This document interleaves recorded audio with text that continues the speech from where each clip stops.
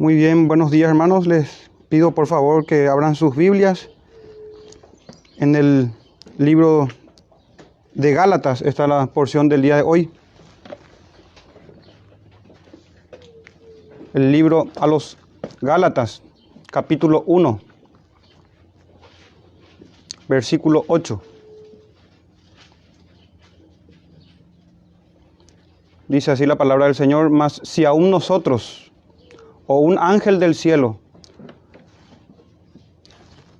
os anunciare otro evangelio diferente del que os hemos anunciado, sea anatema. Amén.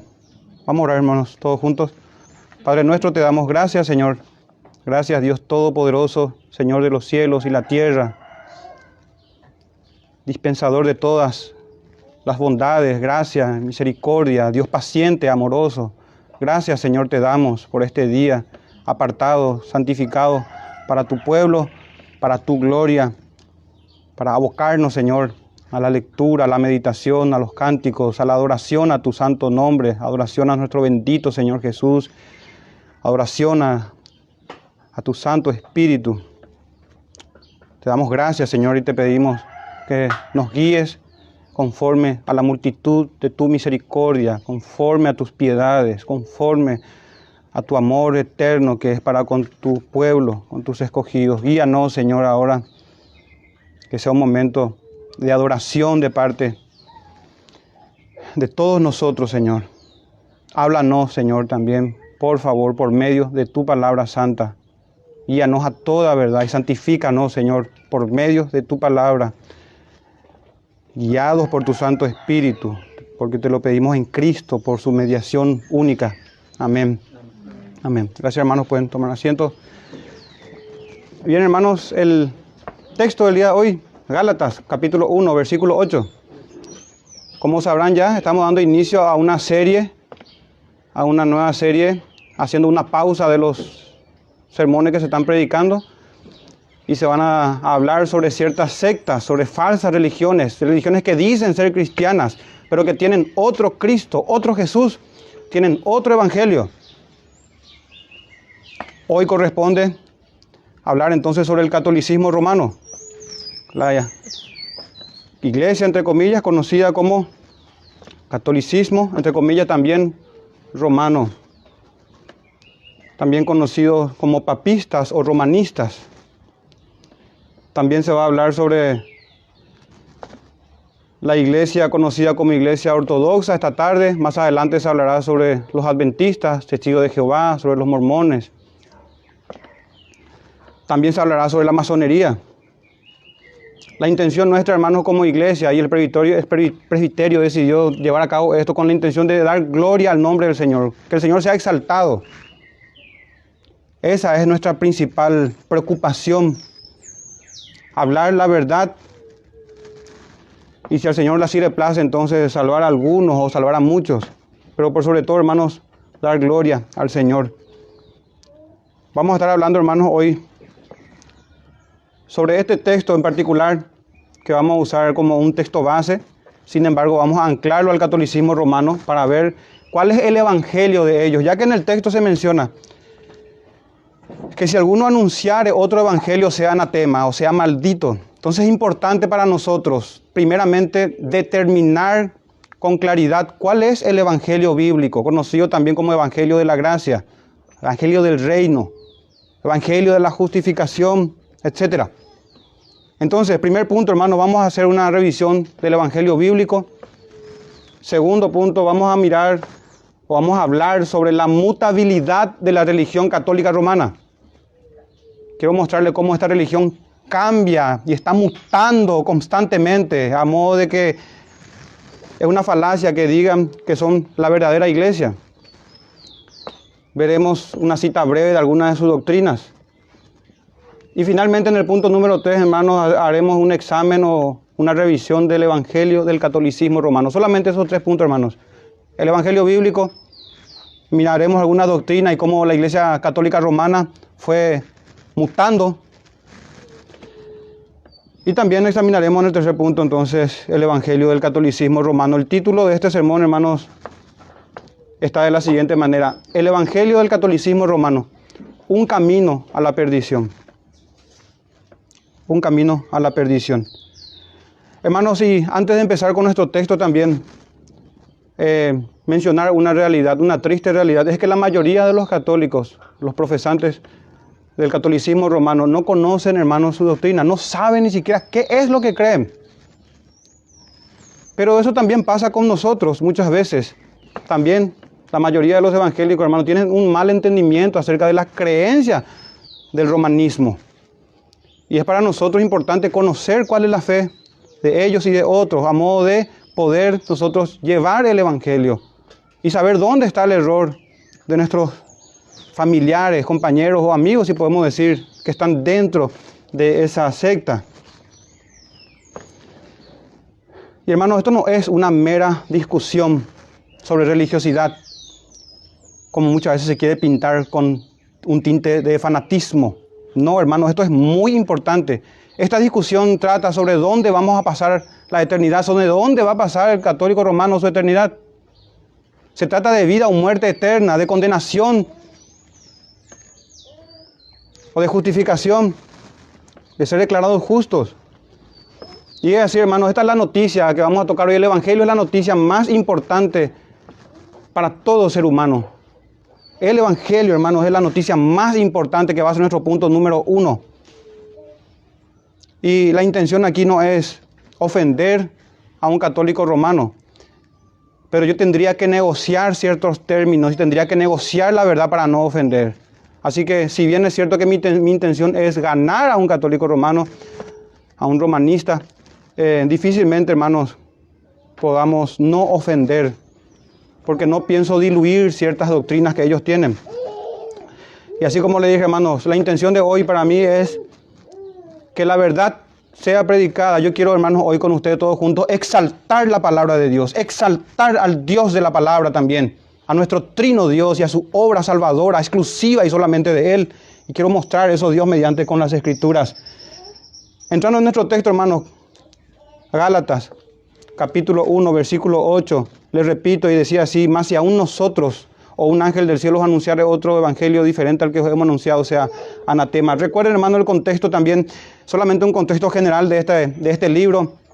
Había judaizantes entre los de Galacia que querían someter a esclavitud de religiosidades, ceremonias antiguas, hermanos, que ya de nada edifican al pueblo de Dios, porque tenían que ver solamente con la sombra y no con la sustancia que es Cristo Jesús. Y reducirlos también a ciertas condiciones para ganarse la vida eterna. No solamente la ley ceremonial, sino también la ley moral, los 10 mandamientos de Dios. Eso sería como rechazar a Cristo, dice Gálatas 2:21, dice el apóstol Pablo ahí.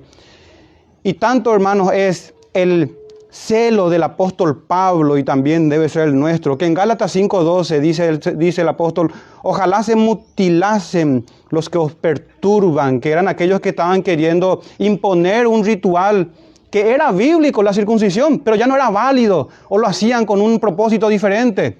Es como si fuese, hermano, yo sé que va a ser duro esto que voy a decir, pero es como si fuese que hoy, por medio del bautismo, se quiera anclar una doctrina de la salvación. Ojalá mueran ahogados esos que tanto insisten en una ceremonia religiosa para vida eterna. Es como si fuese que el apóstol dijese algo así: ojalá se castrasen, ojalá se mutilasen. Realmente son duras palabras del apóstol Pablo. Pero tanto es el celo que él tiene por el evangelio, que es, vamos a ver ahora, inmutable y eterno evangelio del Señor, que hasta se pronuncia un anatema, una maldición ante o para todos aquellos que pervierten este mensaje. Por eso ahí vemos, hermanos, la supremacía del evangelio.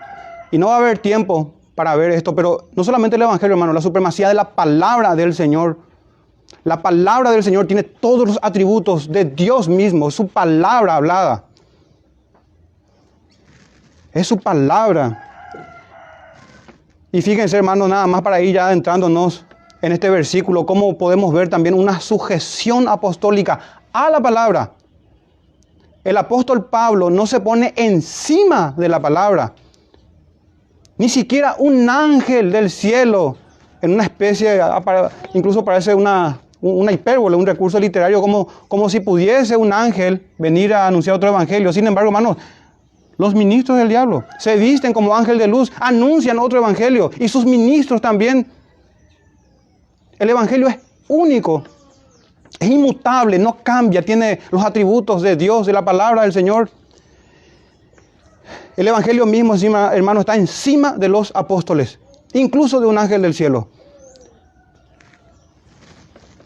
Y eso tenemos también en Apocalipsis 14:6, les leo, hermano, dice: vi volar por en medio del cielo a otro ángel, y esto es lo que quiero enfatizar, que tenía el evangelio eterno.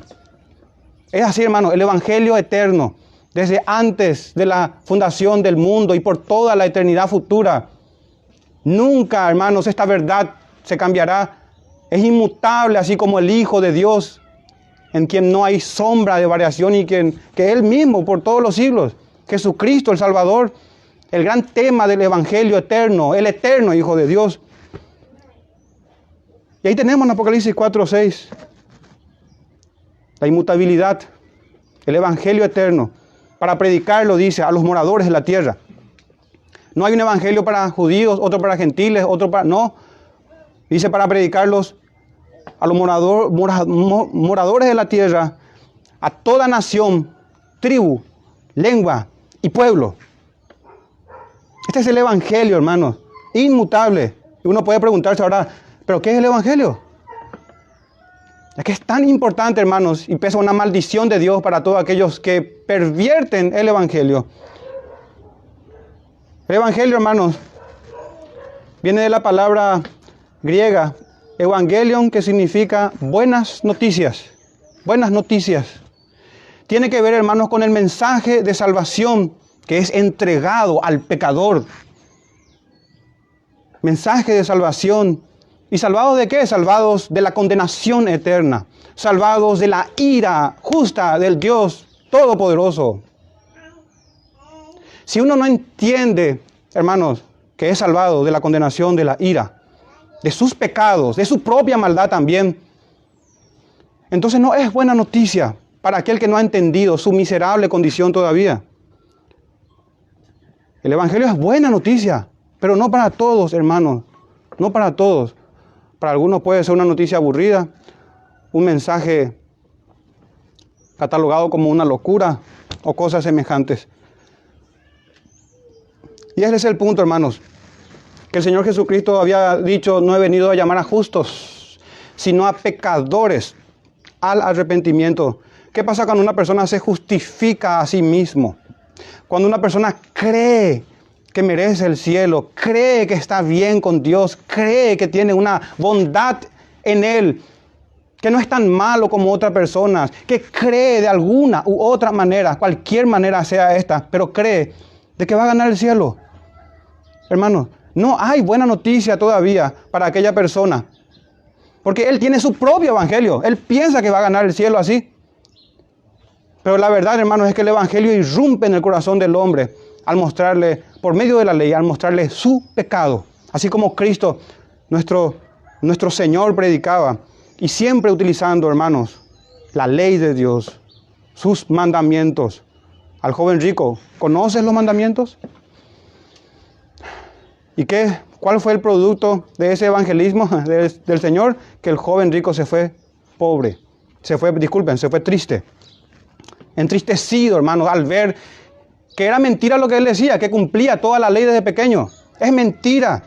Entonces la buena noticia, hermanos, es buena noticia una vez que entendemos nosotros nuestra miserable condición delante de Dios, como criaturas que merecen condenación.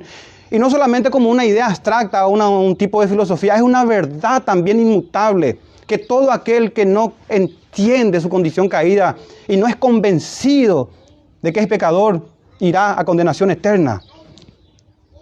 Y ahí tenemos, hermanos, una de las obras del Espíritu Santo, convencer al mundo de pecado, por citar solamente eso. Y pregunto yo a usted, hermano, o también amigo o amiga que escucha, ¿es usted pecador? ¿Se considera pecador? Y uno podría decir, sí, todos somos pecadores, nadie es perfecto. Esa no es la consideración bíblica, sino una tristeza de corazón por haber ofendido a un Dios bueno.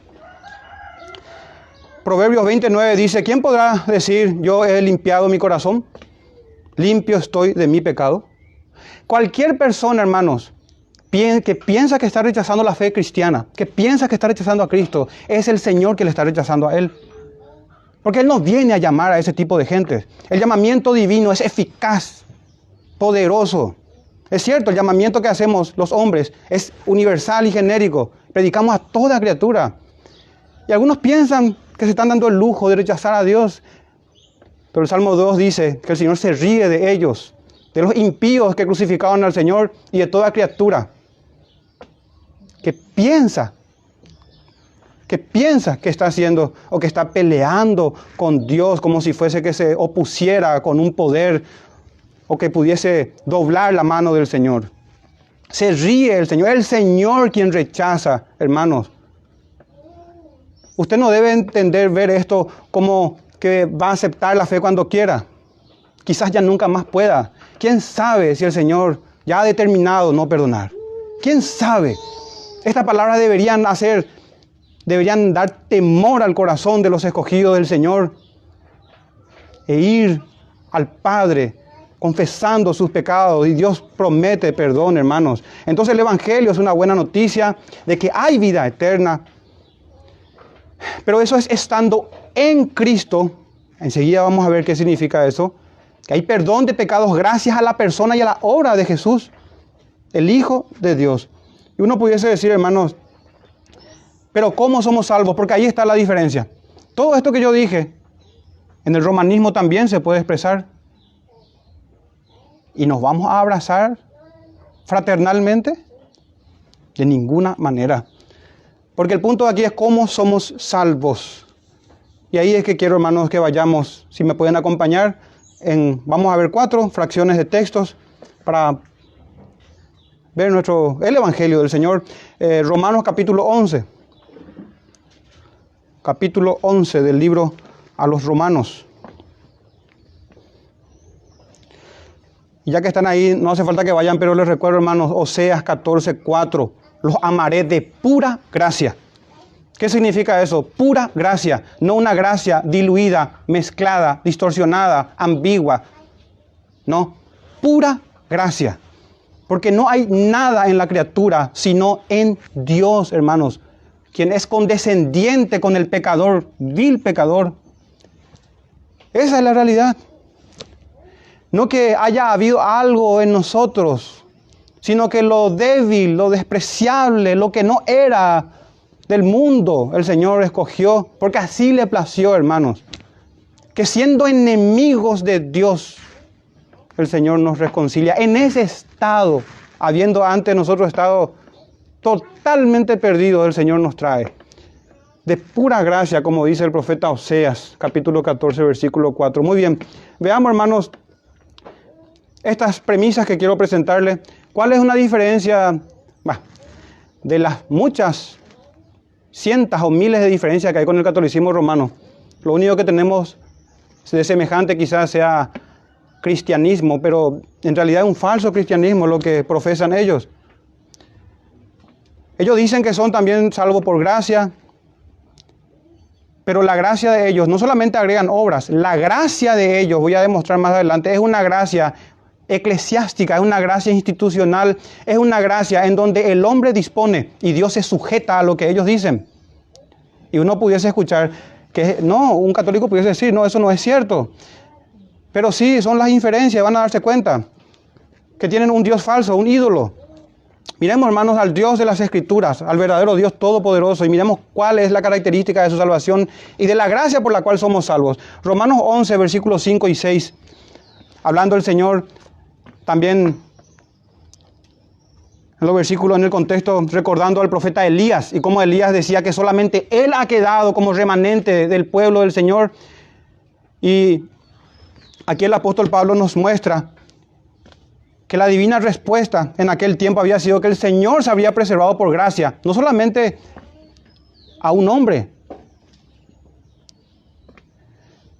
sino 7,000, eso tenemos en el versículo 4, y el versículo 5 dice, así también, aún en este tiempo, ha quedado un remanente escogido por gracia. Y si por gracia, analicemos la gracia, hermanos, ya no es por obras. De otra manera, la gracia ya no es gracia. Ahora mira, ahora analiza al revés. Y si por obras ya no es gracia, de otra manera la obra ya no es obra. ¿Qué tenemos aquí, hermanos? Algunos principios también para ir mirando el Evangelio, que no se puede mezclar gracia y obras. Si la gracia se mezcla con las obras, la gracia ya no es gracia. Si la obra se mezclase o viceversa también. Y en aquel tiempo del Antiguo Testamento, el Señor Él se reservó por gracia 7,000 hombres que no doblan sus rodillas a la idolatría. Y esta enseñanza daba Pablo para los judíos de aquel tiempo, que no es que hay otro pueblo, que tanto judíos y gentiles conforman un pueblo, eso es cierto, pero tanto judíos como gentiles, el Señor escoge por gracia. La gracia, hermanos, ¿qué es sino el favor de Dios, el favor inmerecido que tiene que ver con la salvación?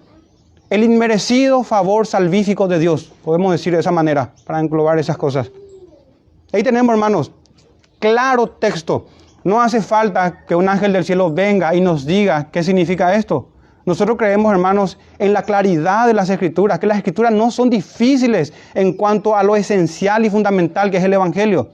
Es cierto, hay cosas difíciles de entender, dice Pedro, sobre los escritos de Pablo.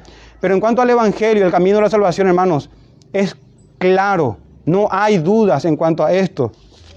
Entonces vimos que por gracia sola, no se puede mezclar, hermanos, la gracia del Señor, que es la fuente de la salvación, si podemos decir, en cuanto a lo que recibimos de parte del Señor. Sabemos que es en Cristo solo también. Romanos también, capítulo 4, miremos rápidamente del versículo 1 al 8. Y ahí tenemos, hermanos, el ejemplo de Abraham. Romanos 4 dice, ¿qué pues diremos que halló Abraham nuestro padre según la carne? Porque si Abraham fue justificado por las obras, y aquí ya, hermanos, quiero adelantarme un poco en cuanto al término de justificación. El concepto o la definición que nosotros tenemos por justificación, ¿verdad? O el entendimiento nos habla de que Dios declara justo a una persona no por sus méritos pasados, presentes ni futuros, sino por los méritos de Cristo solo. Es necesario para entrar al reino perfección absoluta.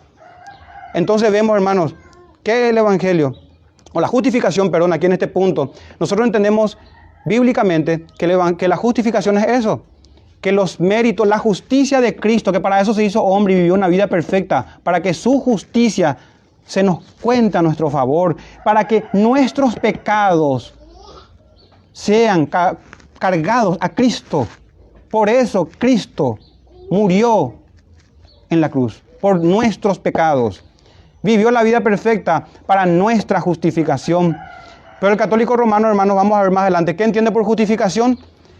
Una mezcla de nuevo nacimiento, de seguir en obediencia, etcétera, etcétera, etcétera. Y luego les leo el catecismo mismo para que vean. Entonces hay una diferencia, hermano. Cuando uno va a unos documentos o a la dogmática o al catecismo católico, debe atender bien, porque justificación para ellos no es la justificación bíblica. La gracia de Dios no es la gracia bíblica. La Trinidad de ellos no es la Trinidad bíblica. Y voy a demostrar, hermanos, cómo pervierten la naturaleza de Cristo. Voy a demostrar eso. Socavan la obra de salvación trinitaria. Entonces tenemos ahí, hermanos, en Romanos 4, capítulo 2, continuamos. Porque si Abraham fue justificado por las obras, entonces aquí ya estamos hablando de una justificación por obras hipotéticas. Tiene de qué gloriarse, dice él, pero no para con Dios. Claro, porque son sus propios méritos, sus obras. Porque ¿qué dice la Escritura? Dice Pablo. Pablo no está diciendo, yo como parte del magisterio, como los intérpretes autorizados y únicos suficientísimos, interpreto esto. No. Pablo dice siempre, según las Escrituras, que Cristo fue sepultado según las Escrituras. Resucitó entre los muertos al tercer día, según las Escrituras. Aquí también, ¿qué dice la Escritura? Es el punto, hermanos. Siempre este va a ser el punto. ¿Qué dice la Escritura? Porque dice Pablo, ¿qué dice la Escritura? Creyó Abraham a Dios y le fue contado por justicia. Y esta es la novedad y una locura, hermano, para todo corazón orgulloso que quiere tener mérito propio para la vida eterna. Pero es el gran consuelo de nosotros, hermanos, indignos pecadores que procuran agradar a Dios. Es el gran consuelo del creyente. Y dice en el versículo 4, pero al que obra no se le cuenta el salario como gracia. Aquí vamos a excluir, vamos a ver una linda manera de excluir la gracia, mezclarlo con obras. Ya no se cuenta como gracia, hermano, dice en el versículo 4, al que obra, sino como deuda. Y pregunto, ¿haremos a Dios deudor de los hombres? ¿Iremos al cielo golpeando la mesa y exigiendo que nos dejen entrar en virtud de nuestra gran santidad? ¿Pero qué blasfemia? Y así, hermanos, versículo 4, es contado como una deuda, entonces dice. Versículo 5, mas al que no obra, aquí están los escogidos de Dios. Eso no significa que no obren, no tengan una vida de santidad, sino que la vida de santidad es el producto, es el efecto ya de haber sido justificados. No es la causa por la cual Dios nos declarará o nos declara justos. Mas al que no obra, sino cree en aquel que justifica al impío. Miren esto, hermanos.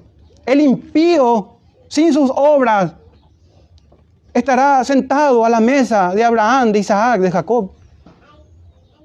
Pero este impío, hermanos, no es un impenitente, sino que un justo en el sentido de vivir una vida de santidad. Pero cuando hablamos, hermanos, de la justificación, que Dios nos declara justos, no podemos mezclarlo con las obras. Nunca, jamás esto debe hacerse. Eso es estropear el evangelio. Eso es ir en contra del Señor. Por eso dice en el versículo 5, mas al que no obra, sino cree en aquel que justifica al impío, su fe le es contada por justicia. Versículo 6, como también David habla de la bienaventuranza del hombre a quien Dios atribuye justicia sin obras. Miren, esto es enorme, hermanos. Dios, no la iglesia pentecostal, la iglesia bautista, no la iglesia católica, romana o papista, romanista, no alguna otra secta como el mormonismo o quienes fueren, o ninguna criatura, ni un ángel del cielo, ni nadie, hermanos, sino Dios solo atribuye justicia. Y dice en el versículo 6, sin obras. Entonces esto es claro, hermanos, y estos textos claros deben iluminarnos durante nuestro recorrido de las Escrituras. Filipenses 3, versículos 7 y 9. Vayamos brevemente a Filipenses capítulo 3. Y miren cómo habla de aquellos que ponen alguna ceremonia, por más que sea bíblica. Conste que el romanismo tiene sus sacramentos que no son bíblicos en absoluto, antibíblicos totalmente. Eso vamos a ver en el punto 3, que es una pena, hermanos, pero es la verdad. Pero mire cómo Pablo se dirige, hermano, a todos aquellos que son así. En el versículo 2, guardaos de los perros, guardaos de los malos obreros, guardaos de los mutiladores del cuerpo. Uno pudiese decir, Pablo, pero es la circuncisión, es el mandamiento del Señor del antiguo pacto. Si así reaccionaba, hermanos, en cuanto a esto, ¿cómo reaccionaría Pablo ahora al ver las atrocidades del romanismo, de sus inventos en cuanto a sus sacramentos? Muy bien. Y Pablo aquí, hermano, en el contexto también habla de que tiene mucho de qué gloriarse, que en el judaísmo a veces aventajaba a muchos, que eran hebreos de hebreos, etcétera, etcétera, etcétera. Alumno de Gamaliel, tenía un historial tremendo, hermanos. Este hombre fariseo, irreprensible según la legislación ceremonial, celoso, hermanos, de su judaísmo. Pero vayamos al versículo 7. Pero cuántas cosas eran para mí ganancia, que era todo eso, toda su religiosidad antigua. Las he estimado, miren la estima que le da, como pérdida por amor de Cristo. Sí, y ciertamente aún estimo todas las cosas como pérdida, por la excelencia de lo que estamos hablando ahora, hermano, por la excelencia del conocimiento de Cristo Jesús, que tiene que ver con su obra redentora, con su persona divina, que toma humanidad para sí, hermano, el gran misterio de la encarnación de Dios.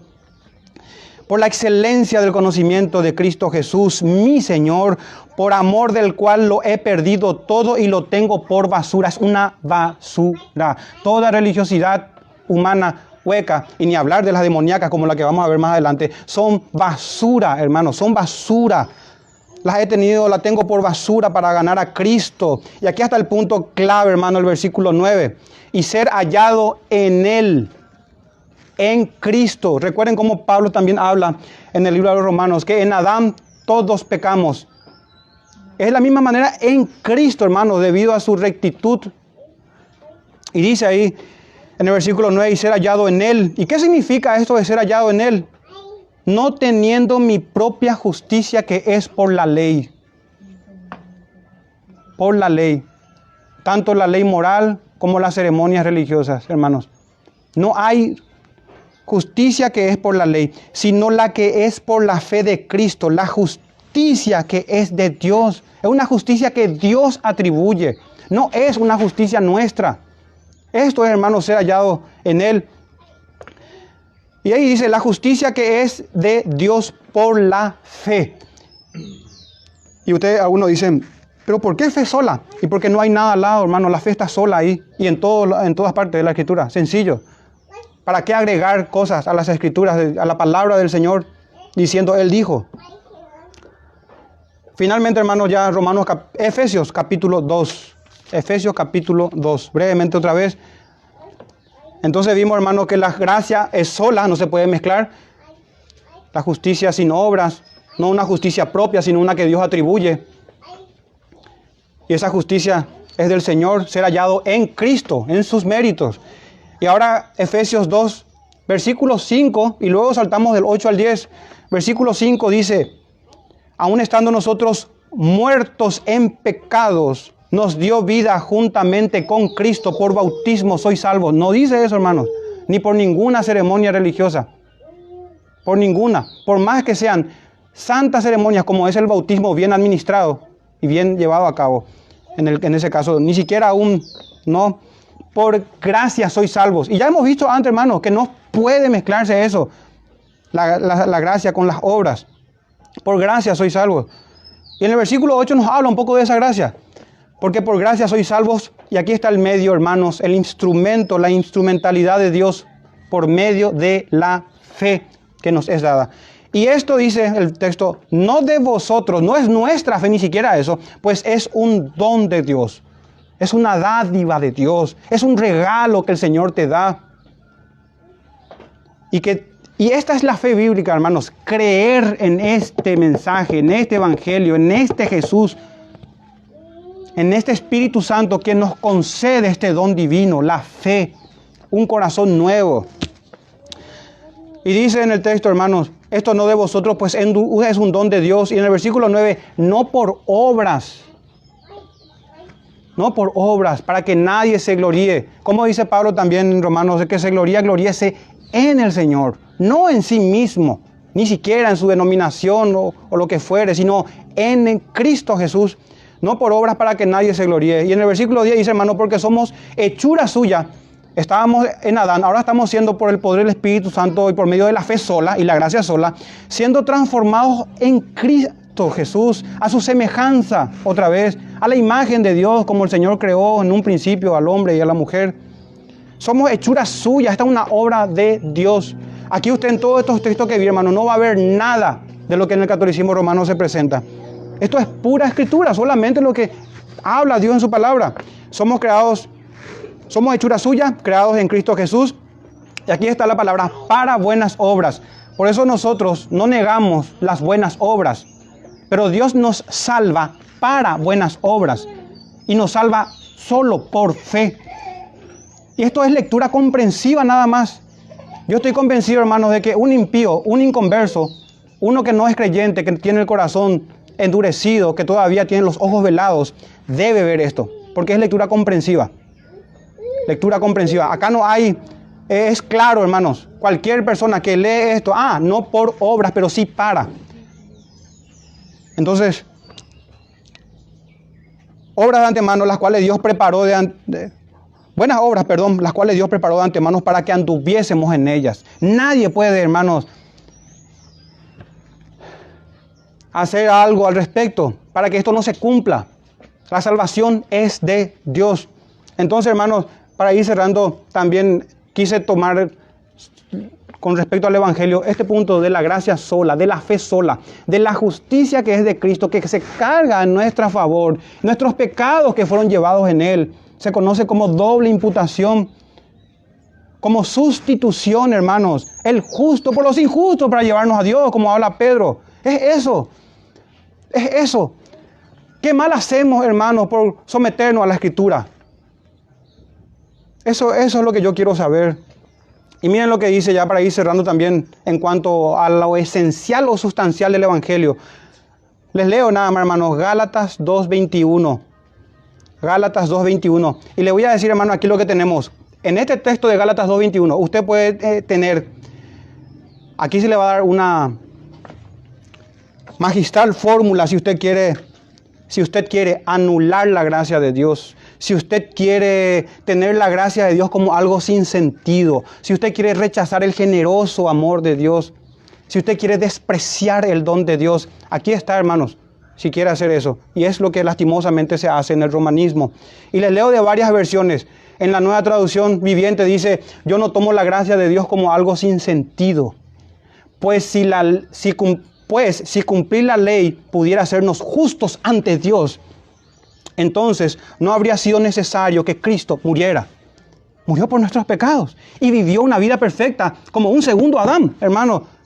Es eso, solamente eso. El Evangelio no es difícil. Es cierto, es muy profundo. Escrutable hasta un punto. Pero es claro, hermanos, el Señor no esconde su mensaje de salvación. Guardaos de los falsos profetas, decía, porque ancho es el camino.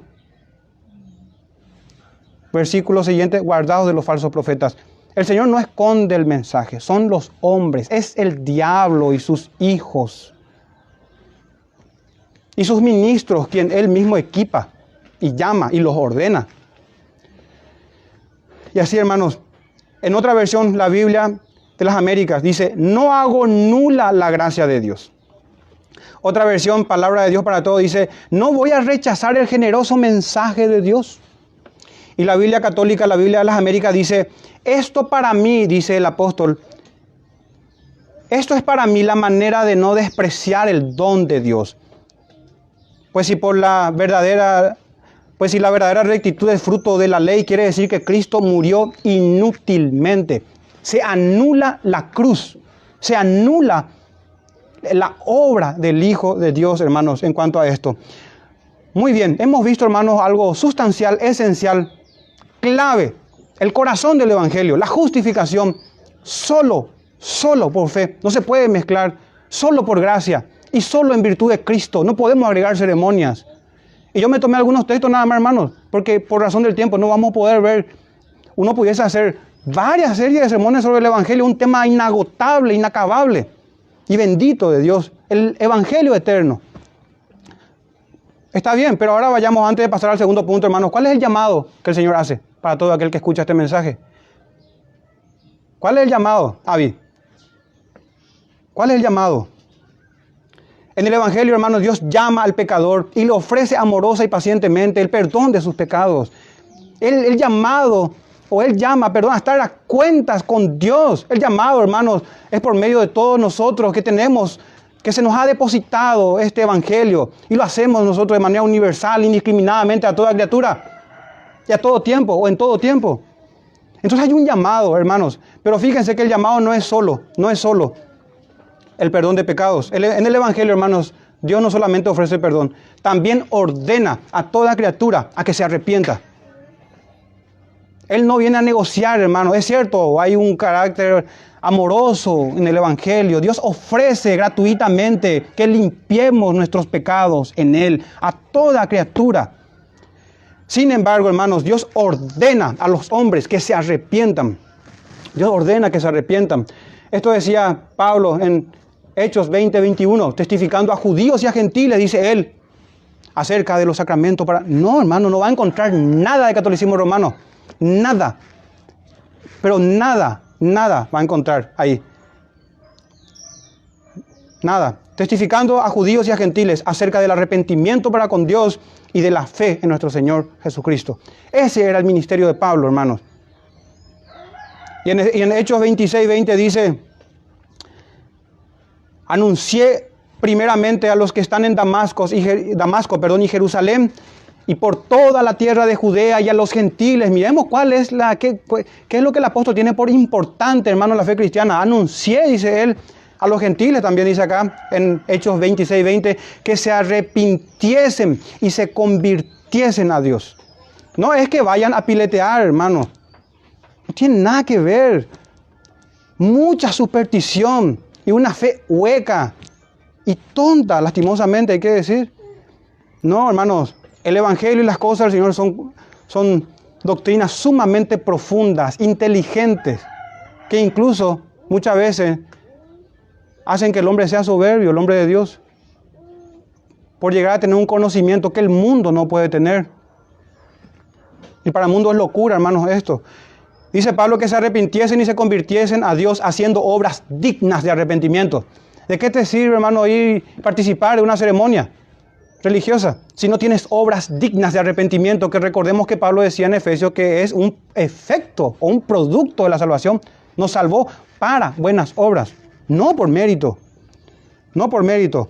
Habiendo visto, hermanos, lo que yo considero más importante para hablar hoy sobre el Evangelio, pasemos al segundo punto, la mutabilidad de la religión católica romana. Y vamos a leer una breve cita también de algunas de sus doctrinas. La mutabilidad. Habíamos visto el Evangelio eterno e inmutable de Dios. Y no solamente el Evangelio, hermanos, toda la Escritura es inmutable.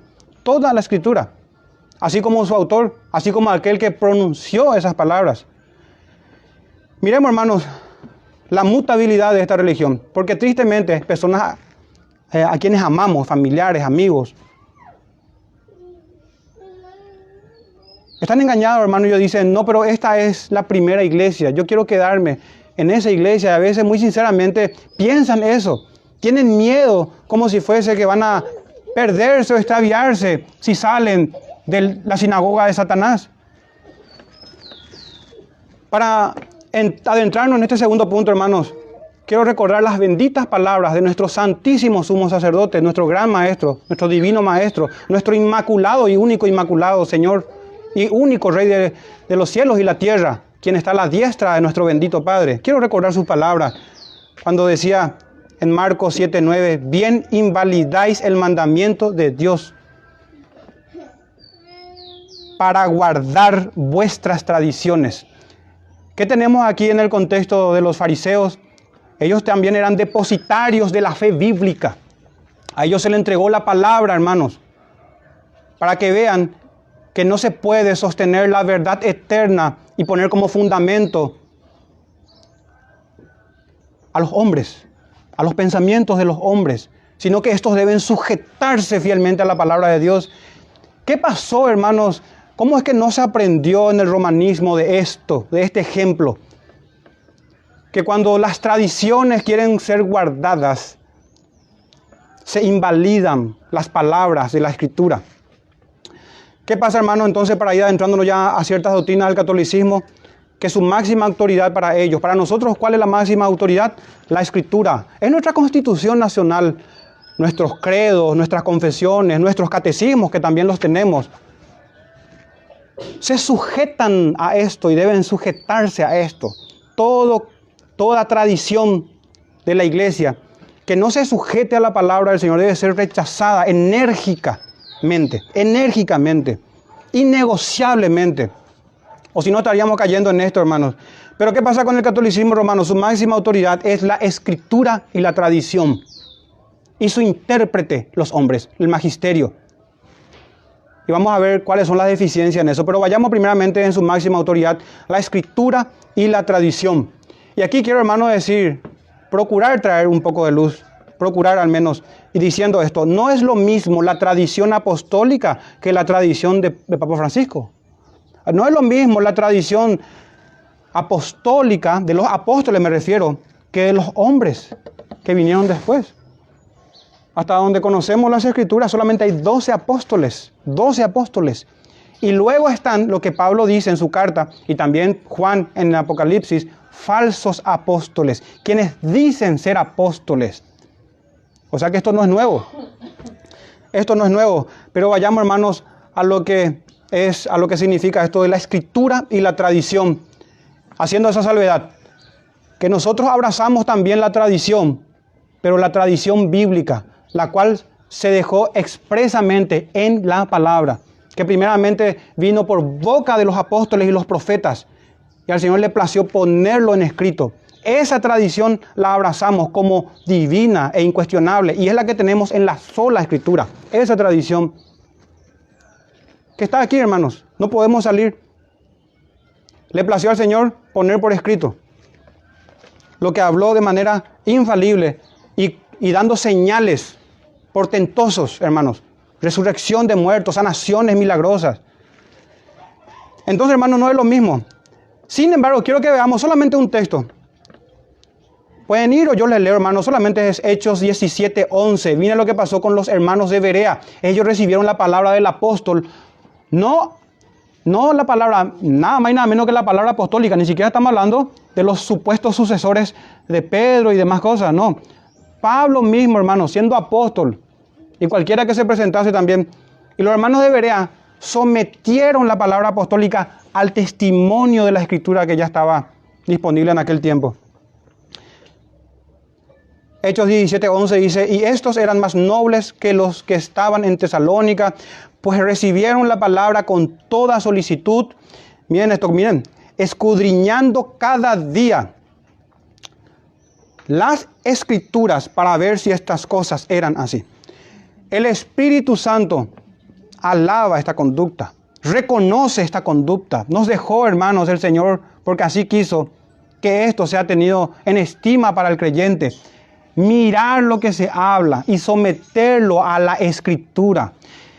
Qué suerte, hermanos, que el catolicismo no estuvo vigente en aquel tiempo, si no censurarían a los hermanos de Berea. Censurarían por tomarse esa atribución de que la palabra que es para el pueblo quiera leerlo. Qué pena, hermanos. Y antes de pasar a otro tema también, hermanos, quiero hacer mención acerca de las tradiciones. Porque no podemos, hermanos, como iglesia protestante, rechazar las tradiciones. Hay que atender bien aquí. Lo que no es permitido hacer es poner la tradición de los hombres. Y ya hice la salvedad de que no me refiero a la tradición apostólica. No me refiero a la tradición apostólica. Me refiero a la tradición de los hombres. Hubieron 12 apóstoles. No podemos hablar más como si fuese que hubo sucesión de apóstoles en una sucesión de hombres. Lo que hay, hermanos, sucesión de doctrina apostólica, si nos sometemos a la escritura. Sin embargo, no podemos, hermanos, rechazar la tradición de la iglesia. Y no me refiero ahora a la iglesia católica romana, sino a la iglesia católica bíblica, la iglesia universal del Señor Jesucristo. Las iglesias que van siempre reformándose y yendo a las escrituras, haciendo interpretaciones fieles, conforme a hombres que son equipados para ministrar en la iglesia, que tenemos en Tito y Timoteo los requisitos. Sería bueno también examinar el magisterio de la iglesia católica para ver si sus ministros cumplen esos requisitos. Pero, hermano, yendo a la tradición, les recuerdo, hermano, y también para aquel católico que pudiese escucharnos, aunque yo sé que lastimosamente nuestros amigos católicos no conocen absolutamente nada, pero si un sacerdote o alguien más docto en la fe que profesan ellos está escuchando, les comento que nosotros, las iglesias protestantes, no rechazamos la tradición de la iglesia, y les cito las tradiciones que abrazamos: el credo apostólico del siglo II, el credo niceno, el credo de Calcedonia, el credo atanasio, entre otros. Confesiones, miren, confesión belga de 1561, el catecismo de Heidelberg de 1562, los cánones de Dort de 1619. En todo esto que voy a citar estamos unidos como iglesias protestantes reformadas, unidos en lo esencial de todos estos documentos, en lo esencial. No así quizás en cosas que son menores al punto de no es necesario una división entre nosotros, sino hermandad y unidad en el cuerpo de Cristo. Pero todas estas confesiones, también tenemos la confesión de Habsburgo, de Escocia, la de Belga, la helvítica, la de Westminster, la confesión de Londres, que son confesiones del siglo XVI y XVII, las que estoy citando. Tenemos el catecismo de Heidelberg, ya mencioné, el catecismo mayor y menor también de Westminster, etcétera, etcétera, hermanos. Un cuerpo de doctrina, una tradición Pero ¿cuál es la diferencia, hermanos? Que esta tradición está sujeta a la palabra. Jamás la ponemos la tradición con la escritura. No, este cuerpo de documentos históricos, porque no rechazamos la obra que el Espíritu Santo, que el Señor Jesucristo, nuestro bendito Padre, ha hecho a lo largo de toda la historia.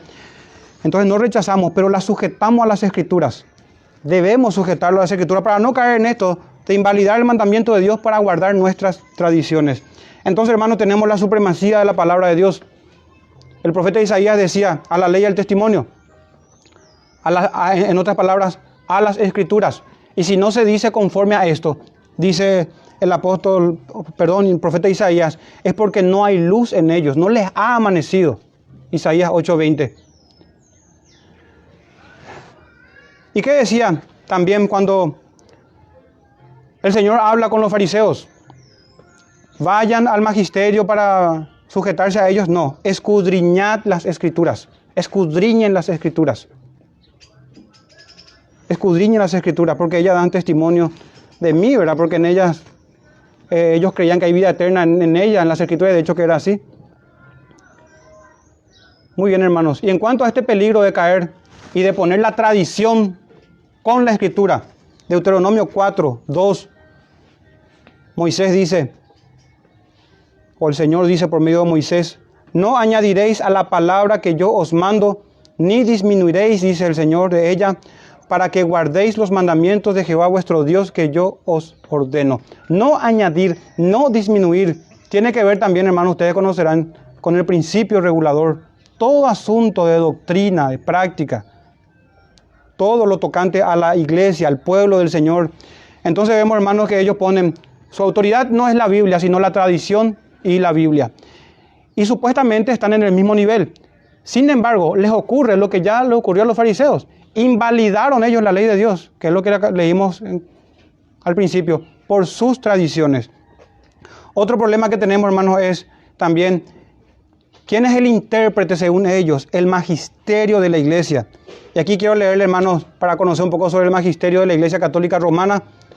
Y dice que ellos tienen la función y autoridad, ellos, no otros, de enseñar, y esto se limita al Papa y a los obispos que están en comunión con él. Y acá leo el Catecismo de la Iglesia Católica, en su párrafo número 85, dice, el oficio de interpretar auténticamente la palabra de Dios, oral, la palabra oral dicen ellos, o escrita, ha sido encomendado solo al magisterio vivo de la Iglesia, el cual lo ejerce en nombre de Jesucristo, es decir, los obispos en comunión con el sucesor de Pedro, el obispo de Roma. Entonces, hermanos, contradictorio con todo lo que acabamos de leer. Entonces me pregunto yo, ¿es bíblico, hermanos, aquí el magisterio de Roma? ¿Será que es bíblico? Una multitud, ¿qué pasa si es esta la verdad? Una multitud de hombres no llamados por Dios, hombres inconversos. Vamos a dejar la santa palabra y la interpretación de Dios al demonio. Porque son, hermanos, es el demonio quien está, es el diablo quien está detrás de toda falsa religión. ¿Cómo puede ser, hermano, esto?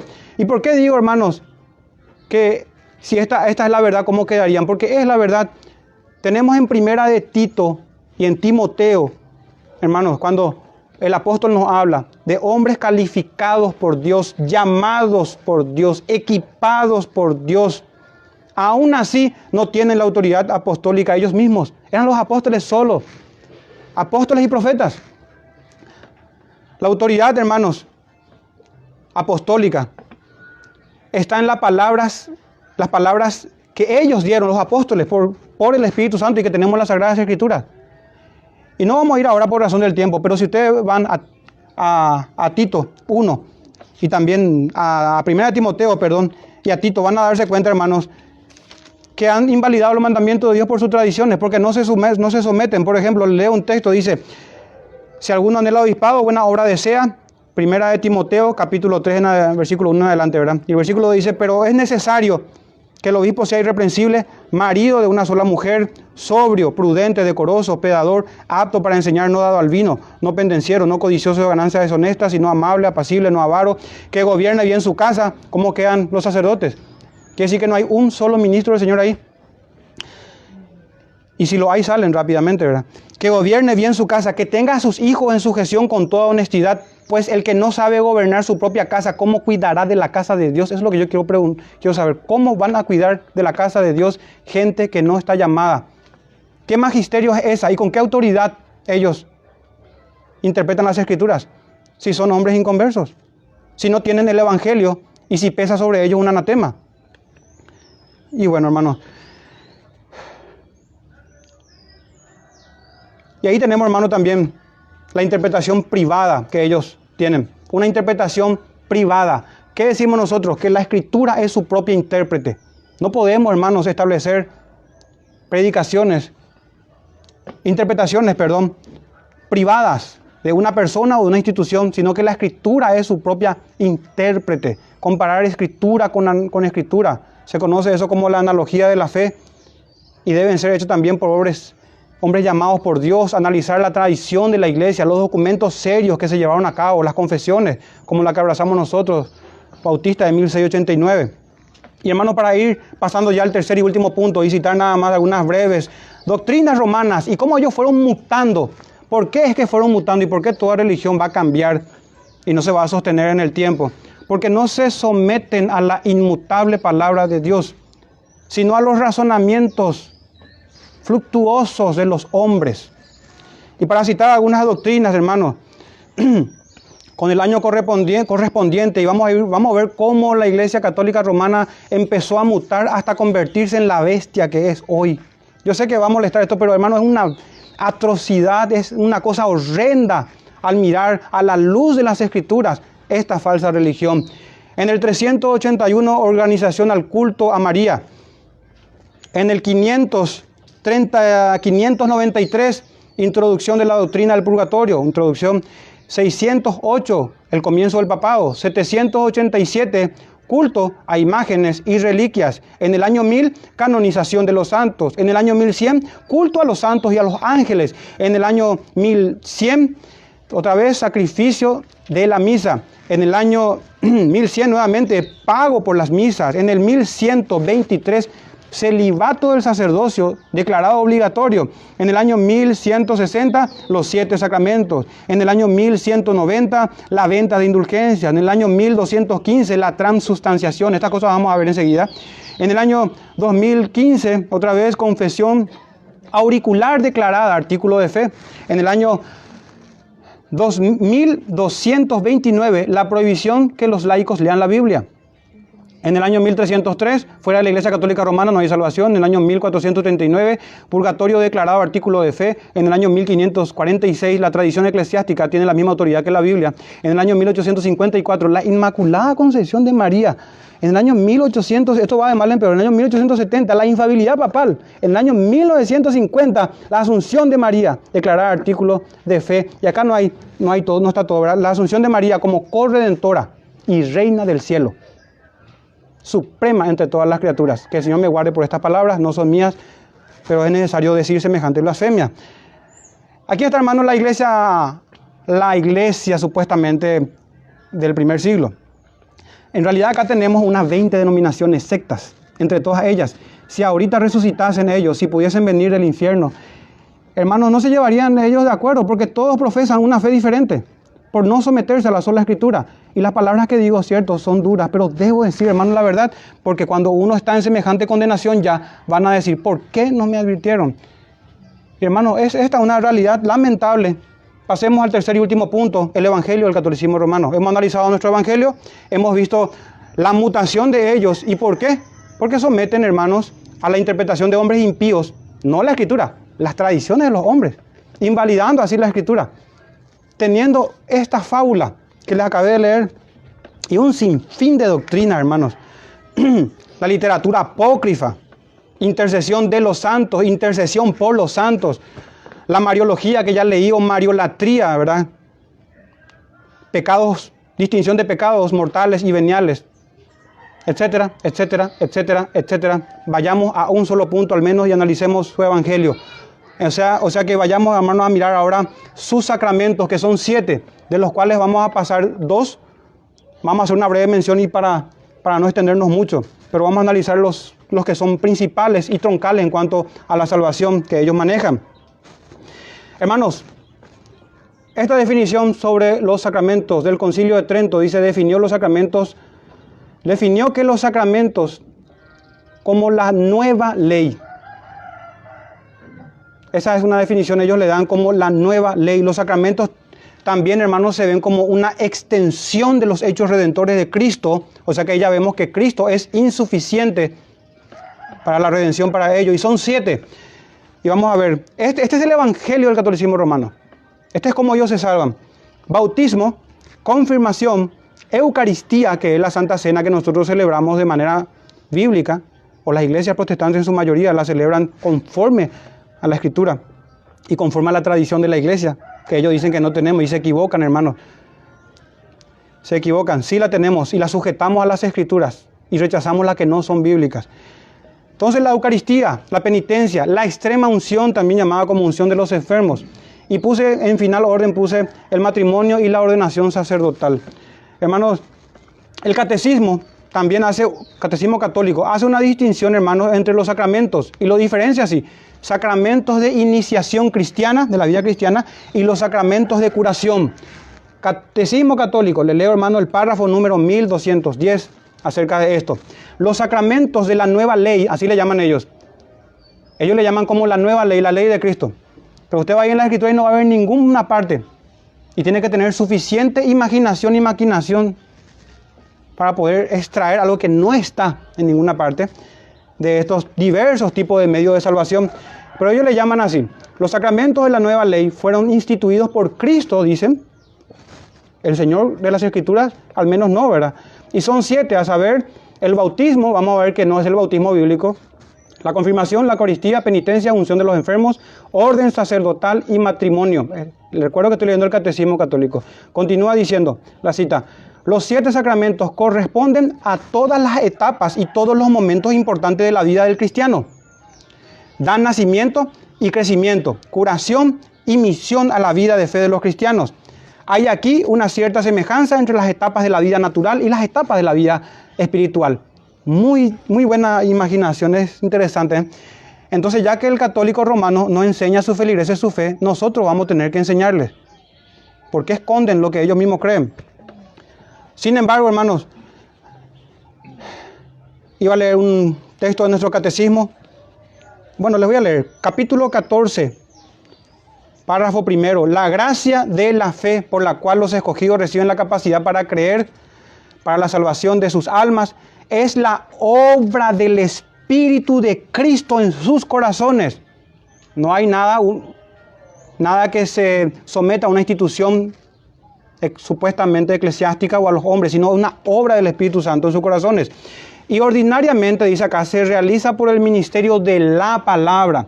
O sea que si hay medios de gracia, es la palabra, no estos otros medios que son los sacramentos, sino la palabra. Y por la administración del bautismo y la Santa Cena, que son las dos ordenanzas que dejó el Señor, que instituyó, la oración y otros medios designados por Dios. Esa fe, dice nuestro catecismo en el capítulo 14, aumenta y se fortalece. Para ver, hay una distinción, hermanos. Entonces, ¿qué es lo que vimos nosotros en el catecismo de fe de 1689, catecismo bautista? Que aquí, hermanos, hay una obra del Espíritu Santo, que es por medio de la fe y las ordenanzas del Señor, en donde somos robustecidos, hermanos, en cada día del Señor. Pero ¿qué tiene, hermanos, la fe católica? Fe más obras. Ellos no creen que se salvan por obras solamente, sino fe más obras. Pero es una fe falsa, porque no es una fe en lo que está aquí, sino una fe en el magisterio, en la tradición. Es una fe falsa. Y a las obras no son las obras de santidad que Dios tiene en su ley moral, sino que son obras sacramentales. O sea que uno tiene ahí una fe no bíblica más rituales antibíblicos. Y así uno se salva. Así uno se salva. Y que quiero examinar, no sé si me va a dar el tiempo, estamos en 1 hora.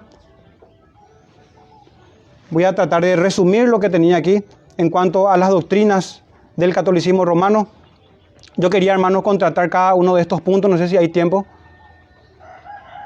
Contrastar cada uno de estos puntos con las Escrituras, por lo menos brevemente. Vayamos a la primera herejía, el bautismo católico. No es el bautismo bíblico, hermanos, que nosotros amamos, así como la cena del Señor, que con gran estima lo valoramos y lo celebramos cada día del Señor. y ahorita lo vamos a celebrar, vamos a recordar a nuestro bendito Señor y participar de su cuerpo y de su sangre por medio de los elementos. Ok, vayamos al bautismo de Roma. ¿Qué tenemos aquí, hermanos? La gracia bautismal justificadora. Discúlpenme por tantas cosas que estoy diciendo hoy, tantas herejías. La gracia bautismal justificadora. Una gracia que justifica bautismalmente. Pero no solamente eso. También tenemos la regeneración bautismal. No solamente te hace nacer de nuevo, le echas el agua ahí y tenés todas las cosas ya, se te dan ahí sin contrición, sin arrepentimiento, sin la predicación de la palabra, sin todo lo que leímos en la Escritura. Podés tirar eso a la basura. Totalmente diferente a Pablo, que Pablo lo que tenía por basura eran las tradiciones y las religiosidades externas nada más. Y vos lo haces al revés, entonces, y te convertís en un romanista o papista. Hermanos, le leo lo que dice el mismo libro. Y yo sé que se va a hablar sobre el mormón, creo que la semana que viene. Y yo no sé si hasta decir mi respeto a esos hombres, porque yo creo que el libro de Mormón, con toda la herejía que contiene, no le va a igualar jamás al catolicismo romano, con las aberraciones que hay en ese catecismo de fe. Es impresionante. Y para muestra le dejo un punto. Párrafo 1213. No les bastó pues hacer un código pequeño. Entonces ellos quieren amontonar hojarasca, quieren hacer arder más el fuego y el furor del Señor, incrementando sus impías enseñanzas. Qué triste, hermanos. Miren lo que dice esto. El Señor no nos tenga en cuenta, que como nuestras palabras, semejantes cosas. El santo, dice, bautismo es el fundamento de toda vida cristiana, el pórtico de la vida en el Espíritu y la puerta que abre el acceso a los otros sacramentos. Por el bautismo, y aquí viene la parte dura, somos librados del pecado, regenerados como hijos de Dios, llegamos a ser miembros de Cristo y somos incorporados a la iglesia. Y no le basta con eso, aumenta esto, y hechos partícipes de su misión.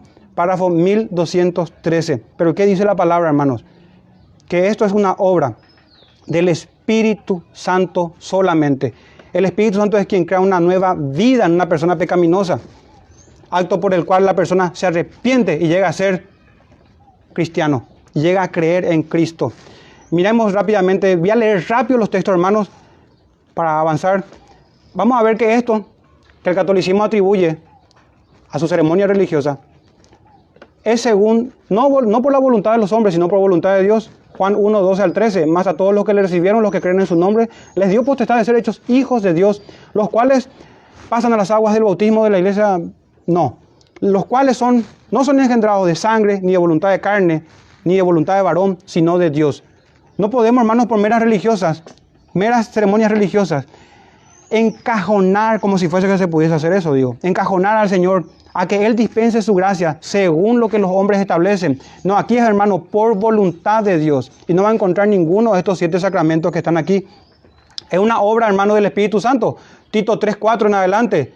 Pero cuando se manifestó la bondad de Dios nuestro Salvador y su amor para con todos los hombres, nos dio los 7 sacramentos. No va a encontrar nunca. Nos salvó, dice, no por obras de justicia que nosotros hubiéramos hecho. No por obras de justicia y menos por huecas ritualidad, hermanos, no por obras de justicia que nosotros hubiéramos hecho, sino por su misericordia, no por la misericordia de Pancho, el Papa, no por la misericordia de ningún blasfemo,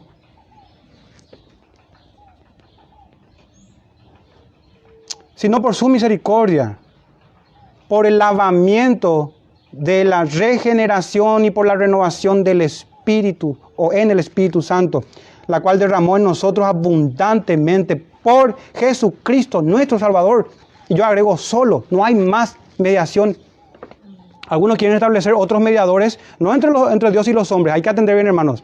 El católico, porque el papel resiste mucho y podemos escribir todo lo que sea en papel. Ellos dicen, no es mediación entre Dios y los hombres, es mediación entre los hombres y Cristo. Cristo dice, vengan a mí, dice el Señor. ¿Quién dijo que no podemos acceder al bendito Salvador si para eso se encarnó? Imagínense, Dios se hizo hombre para acercarse a nosotros y los hombres impíos ponen barreras para llegarse al Señor, estableciendo caminos turbios y que llevan a la condenación.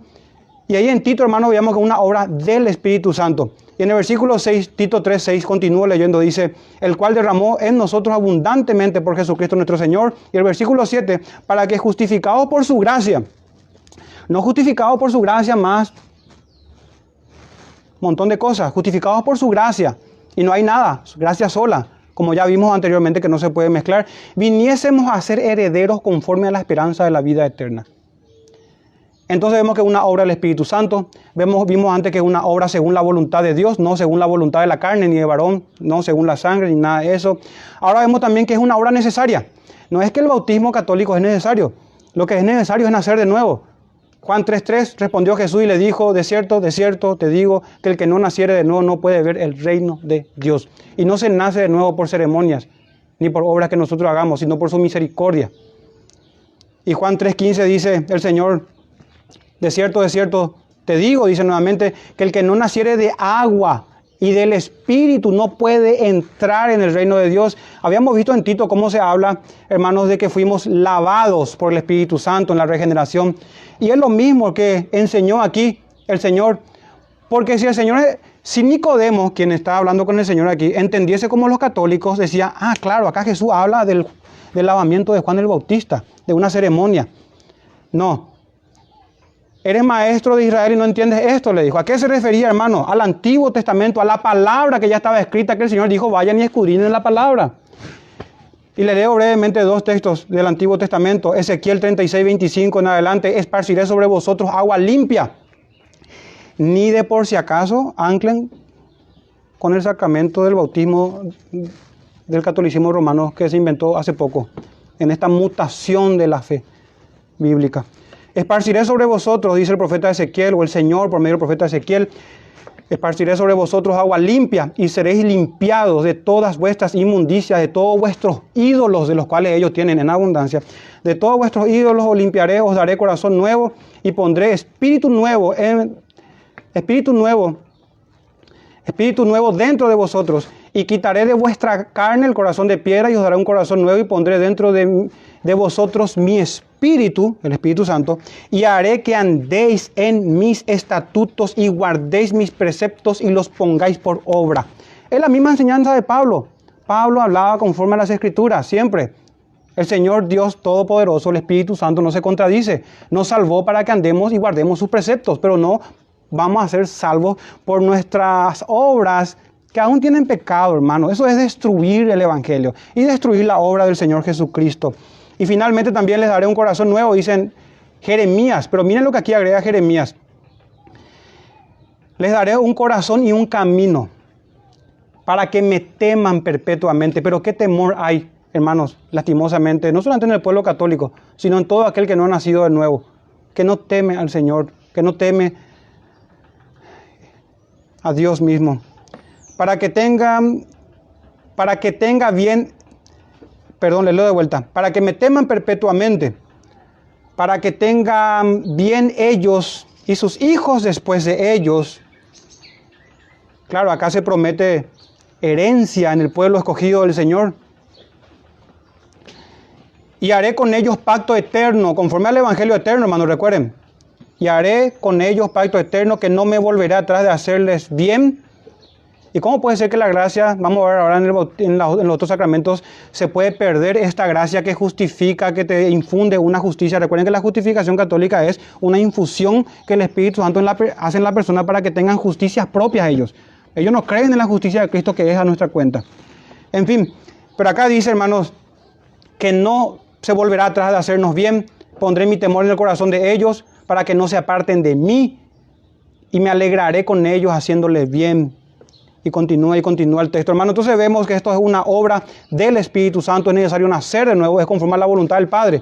No podemos manipular nosotros al Señor. Él hace según su voluntad. Y también hay otros textos, pero vamos a pasar. Quería mostrarle también que esto es por la palabra de Dios, no por sacramentos. No por sacramentos. Dice 1 Pedro 1:23, siendo renacidos, no de simiente corruptible, no un nacimiento como lo tenemos en la carne, sino incorruptible por la palabra de Dios que vive y permanece para siempre. Fuera con todos los sacramentos. Y la palabra de Dios es suficientísima. Y la obra del Espíritu Santo es única y necesaria. La contrición del hombre se requiere, hermanos. Entonces también no es el bautismo ni ceremonias inventadas por hombres. Cuando digo yo aquí no es el bautismo, me refiero ya ahora al evangelio, al bautismo bíblico, perdón. Pero tampoco ni siquiera el bautismo bíblico y menos ceremonia inventada por los hombres, sino el evangelio, hermanos, que les prediqué en el punto número 1. Miren lo que tenemos aquí. Pablo en 1 Corintios 9:12. Lo soporto todo por no poner ningún obstáculo al evangelio de Cristo. Eso estaba en el corazón y la mente de Pablo. En 2 Corintios 2:12 dice, cuando llegué a Troas para bautizar o cosas por el estilo, no va a encontrar nada. Para predicar el evangelio de Cristo, aún se me abrió puerta en el Señor, dice.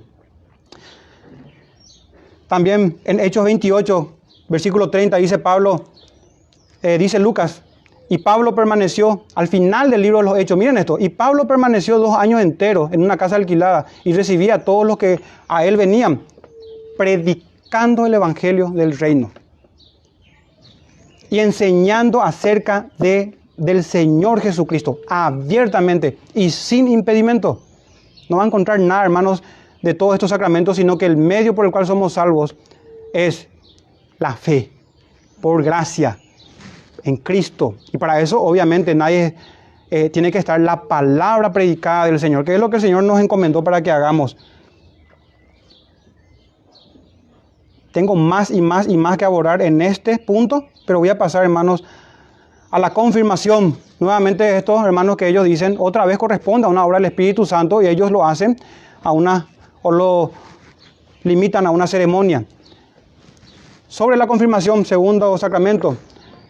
Cuando la persona bautizada llega a la edad de uso de razón, participa en la confirmación y recibe la Eucaristía, que es el tercer sacramento. Acá hay un proceso de ceremonia. A ver.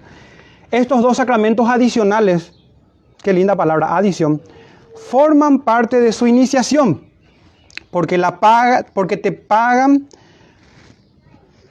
a la persona a vivir en una nueva vida en Cristo. Preparan a la persona para vivir una nueva vida en Cristo. Entonces la confirmación, hermanos, es diferente al bautismo. Pero este último sacramento, que es el bautismo, es un requerimiento para la confirmación también. O sea que la confirmación no puede suceder sin el bautismo.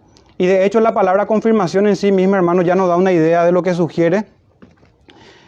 Y que es algo que ya pasó, que ya pasó y que está siendo confirmado o afirmado ahora en la confirmación.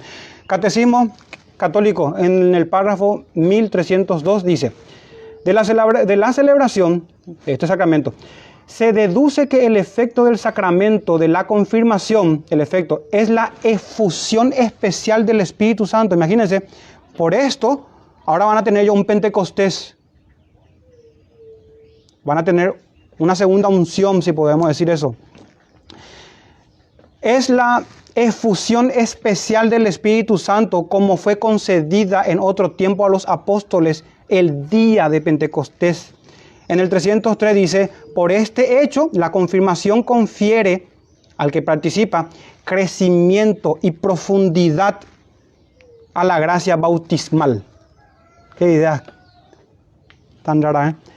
Entonces, hermanos, ¿qué tenemos aquí? Que este sacramento vuelve a hacer lo mismo, reemplaza nuevamente la obra del Espíritu Santo. El crecimiento de la gracia, hermanos, se da en el proceso de discipulado, según las Escrituras.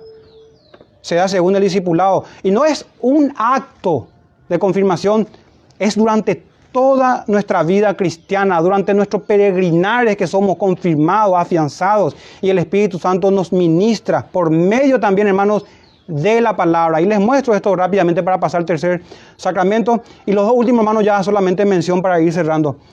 Entonces, miren sobre este sacramento, hermanos. El Espíritu Santo dice que ellos reciben una efusión especial ahora en ese sacramento. Y conste que andan como endemoniados muchos, y al igual que en la iglesia evangélica también. Lucas 11:13 dice el Señor Jesucristo, pues si vosotros siendo malos sabéis dar buenas dádivas a vuestros hijos, ¿cuánto más el Padre Celestial dará al Espíritu Santo a los que le pidan? ¿Por qué poner barreras a las palabras del Señor y tratarlo como mentiroso? Hermanos, claramente El Padre bondadoso, hermanos, si nosotros siendo malas criaturas damos cosas buenas a nuestros hijos, ¿cuánto más, dice el Señor Jesucristo, dará el Espíritu Santo a los que le pidan? Pero ¿cómo van a pedir al Espíritu Santo si piensan que están bien y que no necesitan de su poder y que les dé un nuevo corazón? Por eso que debe ser predicado, hermanos, también la insuficiencia de la criatura, el pecado original. Entonces aquí tenemos que no hay que ir a esta confirmación inventada, sino pedir a el Padre. Ahora, el crecimiento, hermanos, vimos que es según la palabra de Dios. Juan 17, capítulo 17, versículo 17 dice: santifícalos en tu verdad, tu palabra es verdad. La palabra del Señor, hermanos, es la que nos santifica. Y Dios mismo el que hace, y las obras del Espíritu Santo. Pero ellos olvidan la palabra por sus tradiciones. Y también, hermanos, les dije que es en un proceso de discipulado durante toda nuestra vida. Por eso decía el Señor que si alguno quiere venir en pos de mí, en Lucas 9:23, niéguese a sí mismo. No es vaya, haga la confirmación y ya está. No, niéguese a sí mismo. Tome su cruz cada día. No tomar la cruz una vez al día porque no da gusto, dicen esa ceremonia religiosa, y hacer el precursillo, cosas por el estilo. No, tome su cruz cada día y sígame. Y ahí está el testimonio de los apóstoles: aserrados, muertos, martirizados, decapitados, apedreados, lapidados, desollados, destrozados por la fe. Durante toda nuestra vida, esto nos recuerda al apóstol Pedro. No estos pseudo papas, o pseudo apóstoles, perdón, los papas. No. La palabra dice la verdad, el apóstol Pedro hablando en 1 de Pedro 1:7, para que sometida a prueba vuestra fe, que es la fe que decimos que salva, mucho más preciosa que el oro, en la cual, hablando del oro, aunque perecedero, el oro se prueba con fuego, cuánto más la fe, ¿verdad? Sea hallada en alabanza, gloria y honra cuando sea manifestado nuestro Señor Jesucristo, hermanos. Y también Pedro menciona conducirnos durante nuestro peregrinar con temor, durante todo nuestro peregrinar.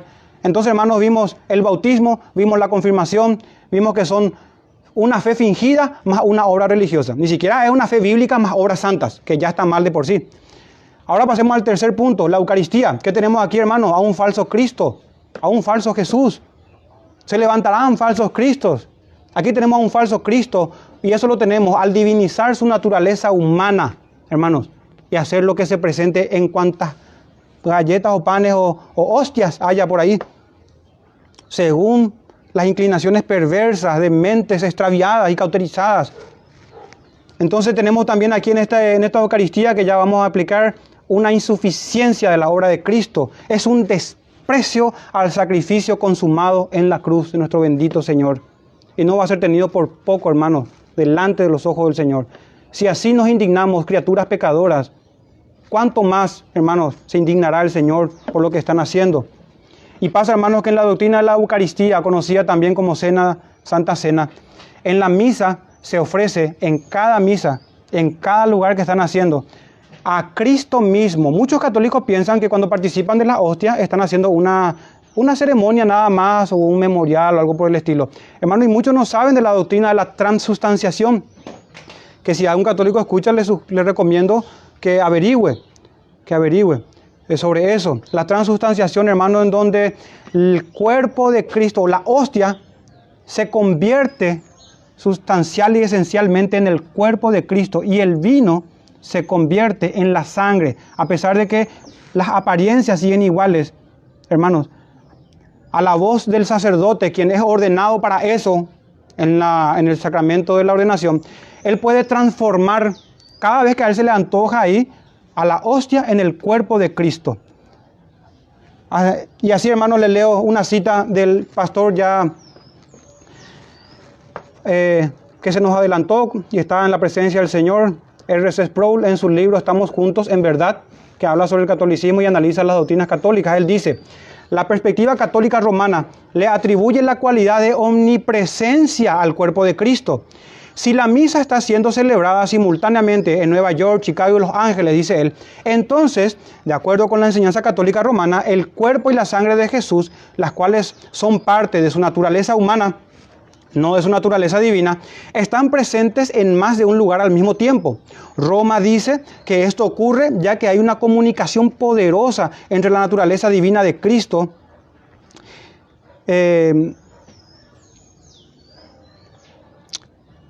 luego de vuelta a esa parte. Están presentes en más de un lugar al mismo tiempo. Roma dice que esto ocurre ya que hay una comunicación poderosa entre la naturaleza divina, la cual es omnipresente, está en todas partes, con la naturaleza humana. Y acá viene el pero, hermanos. Pero si asumimos que la naturaleza divina de Cristo tiene las mismas cualidades que su cuerpo, las mismas cualidades, que su naturaleza física, la humana, entonces Roma tiene un problema con su cristología. En el concilio de Calcedonia, concilio que nosotros abrazamos, 451, el concilio de Calcedonia, hermanos, definió la relación entre las dos naturalezas de Cristo, diciendo que Jesús es verdaderamente hombre y verdaderamente Dios, y que las dos naturalezas coexistentes sin llegar a mezclarse para que éstas retengan sus propiedades o atributos. Ya se distinguen, pero no se pueden mezclar. No se puede divinizar la humanidad de Cristo, ni se puede humanizar a Dios. No se puede, es un misterio, pero no se puede hacer eso. Y eso la iglesia ya lo determinó hace mucho tiempo. La iglesia de aquellos tiempos, no la iglesia católica, que contradice incluso a este concilio universal o católico. Al decir católico no me refiero a la iglesia católica romana, sino a la universalidad, que es una propiedad de la iglesia del Señor Jesús. Entonces, hermanos, Roma necesita explicar, dice Sproul, cómo el atributo de omnipresencia del cuerpo de Cristo, el atribuir, leo bien, omnipresencia al cuerpo de Cristo no implica una contradicción en la doctrina que ellos mismos abrazan. ¿Cómo puede suceder sin mezclar ambas naturalezas esto? Y ahí tenemos, hermanos, a otro Jesús, contradicción dentro de la misma doctrina de ellos. Entonces aquí tenemos, hermanos, también, como les dije, una insuficiencia en el sacrificio de Cristo. Pero ¿qué tenemos nosotros en la palabra? Miren cómo es claro. Cualquier persona que no es entendida en las Escrituras, al leerle yo esto va a entender. Hebreos capítulo 10, versículos 10 al 14. En su voluntad, que es la de Dios, somos santificados mediante la ofrenda del cuerpo de Jesucristo, hecha una vez y para siempre. Este solo texto es suficiente para cerrar todas las sinagogas de Satanás. Todas y absolutamente todas. Debería ser suficiente para hacer correr a cualquiera del engaño. Y cualquier católico que escuche, especialmente un ministro ordenado, al leer esto, hermano, debería aterrorizarse. ¿Y qué va a preferir, sus tradiciones o la fe bíblica? Versículo 11, y ciertamente todo sacerdote está día tras día ministrando y ofreciendo muchas veces los mismos sacrificios que nunca pueden quitar los pecados. Acá viene el versículo 12, miren esto, pero Cristo, no un sacerdote, no es un sacerdote el que ofrece a Cristo, Cristo él mismo fue quien se ofreció a sí mismo. Él es el sumo sacerdote y la ofrenda. No podemos permitir, hermanos, o aceptar semejantes herejías, que un hombre esté ofreciendo como sacerdote, como sumo sacerdote en el lugar santísimo al Cordero de Dios. No, el Cordero es de Dios, el Cordero es el Hijo mismo de Dios, el sacerdote es Jesucristo, el lugar santísimo es en presencia de Dios Padre que se ofrece por nosotros. Y versículo 12 dice esto, pero Cristo, habiendo ofrecido una vez para siempre un solo sacrificio por los pecados, ¿ven eso? Un solo sacrificio, se ha sentado a la diestra de Dios. De ahí en adelante va a bajar cada rato para convertirse en hostia, no va a haber eso. De ahí en adelante, esperando hasta que sus enemigos sean puestos, incluso los católicos, por estrado de sus pies. Porque con una sola ofrenda hizo perfectos para siempre a los santificados, a los que son apartados para Él.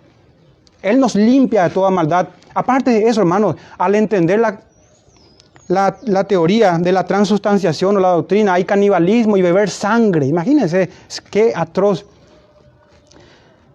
Qué terrible. Y aparte de eso, otra vez, hermanos, si supongamos que su doctrina sea cierta, porque para ellos sí es cierto, ¿cómo es que no protestan los católicos? Porque se le da un solo elemento, el pan, y no se le da la sangre. Siendo que en Mateo 26, 27 dice el Señor, y tomando la copa y habiendo dado gracias, les dio diciendo, bebed de ella todos. Como enseguida lo vamos a hacer. Porque esto es, ¿por qué le dice que todos beban? Porque esto es mi sangre del nuevo pacto, que por muchos es derramada para remisión de los pecados. Para decir acerca que el Señor en su providencia le privó del elemento, de la sangre de Cristo. No les aplica la sangre de Cristo de manera providencial, hermanos, a esta gente, lastimosamente. Y sabemos que cuando el Señor dice, este es mi cuerpo y este es mi sangre, no significa literalmente que eso sea así. Él decía, yo soy la puerta, por ejemplo. Entonces, hermanos, yo soy el camino, no significa que Él sea un camino literal. Pasemos, hermanos, al otro punto, la penitencia. ¿Qué tenemos? Miren esta secuencia para poder mantener una salvación por obras y por rituales. Párrafo 1446 del Catolicismo Romano. Cristo instituyó, dice, miren, Cristo instituyó, dice, según que en el libro del Mormón o algún otro libro que se habrá encontrado, no sé, porque en la Escritura no está. Cristo instituyó el sacramento de la penitencia en favor de todos los miembros pecadores de su iglesia. Ante todo, para que los que después del bautismo hayan caído en pecado grave y así hayan perdido la gracia bautismal, que no es la gracia bíblica, y lesionado la comunión eclesial. El sacramento de la penitencia ofrece a estos una nueva posibilidad de convertirse y de recuperar la gracia de la justificación, que es una gracia que ellos mezclan con la santificación. Y acá vienen los padres de la iglesia, presentan este sacramento como la segunda tabla de la salvación después del naufragio, que es la pérdida de la gracia. Concilio de Trento, entre paréntesis. Entonces, hermanos, los pecados también mortales, y son llamados mortales debido a que tienen el poder de destruir la gracia de la justificación del bautismo. El sacramento de la penitencia, que es donde estamos ahora, que consideramos,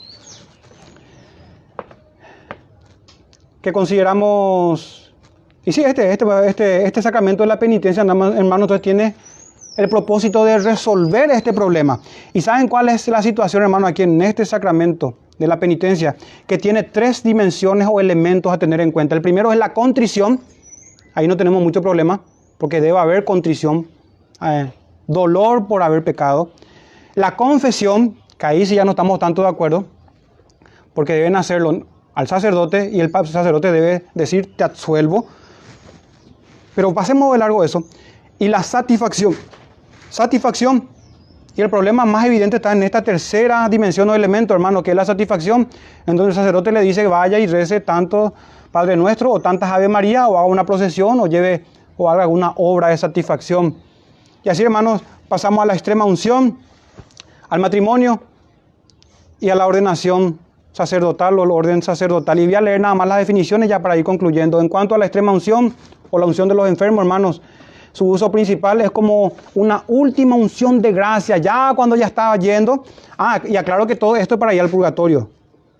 Dicho sea de paso, que uno puede estar 4 horas o 1000 años. Nadie sabe cuánto ni cómo.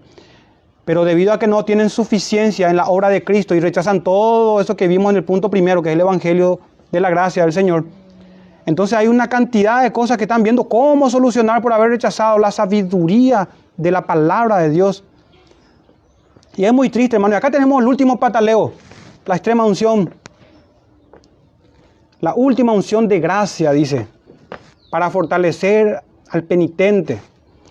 No sea que una persona muera en pecado mortal en su vida. Y cuando tiene un pecado mortal, va al infierno. Pero cuando tiene pecados veniales, pecados que son pecaditos pequeños, ¿verdad?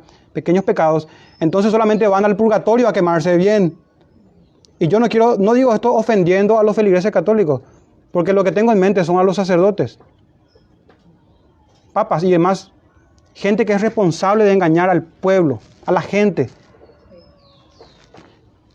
Entonces ellos dicen, no sea que muera en un pecado mortal en su vida y por lo tanto vaya al infierno habiendo matado la gracia de la justificación, que no es la justificación nuestra por la sola fe, que no es la justicia de Cristo. Recalco eso varias veces. Entonces, hermano, la unción de los enfermos se aplica a aquellas personas cuya vida está en peligro o por causa de alguna enfermedad administrada por un sacerdote, etcétera, etcétera, etcétera.